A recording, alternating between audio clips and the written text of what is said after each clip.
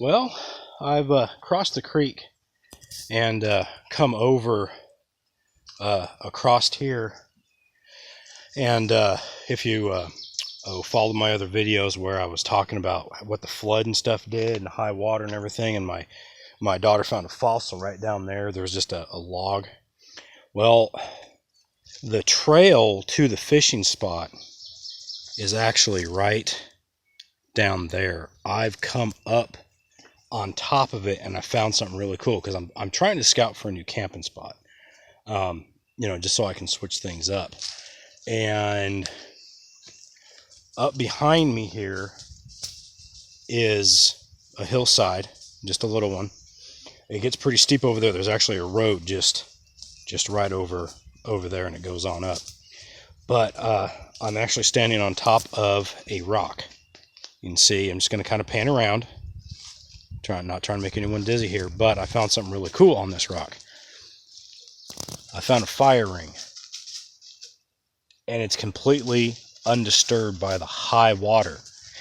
And that high water was anywhere from 10 to 30 feet over, like where the rivers and creeks are normally. It depends on where you were, what all flowed into it. Like the North Fork or Jack's Fork, I think it was like 30 feet above flood stage. This Indian Creek, as near as I can tell, was 10, maybe 15 feet above, just normal where it sits. The bullfrogs have started in again. They're all over the place. I've just been chilling for a little bit, so everything's kind of quietening down. Birds are starting to get more active. But this might make a good camp place to bed down. I'd have to do a little bit of work on it. There's no way any water could get to me because it's all going to. There's actually a fissure right, if I can find it. There we are. A fissure right here, and it goes all the way over. So the water is just going to go around if we had enough water to actually come down here and cause a, but the water is it's going to run down over there. There's a, when you start studying the topography, but that's something to keep an eye out for, though, when you're camping on something of a hillside, is the water can come into your shelter or your bed. So that's something to watch out for. But I do like this, and I've got a really nice view looking out over this pond that's here, this real slow part of this creek.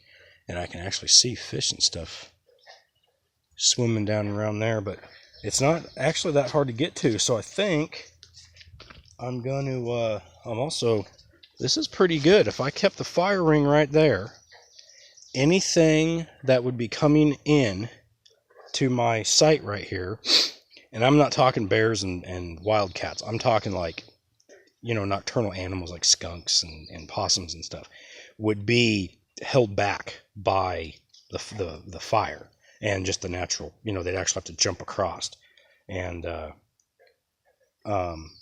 there's like, if you ever read Hatchet, kid that got marooned after an airplane crash up in Canada,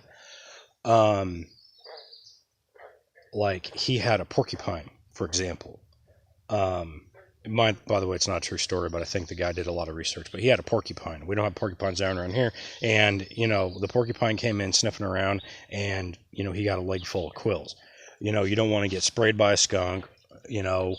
Raccoons can mess you up good, and possums have pretty good bite.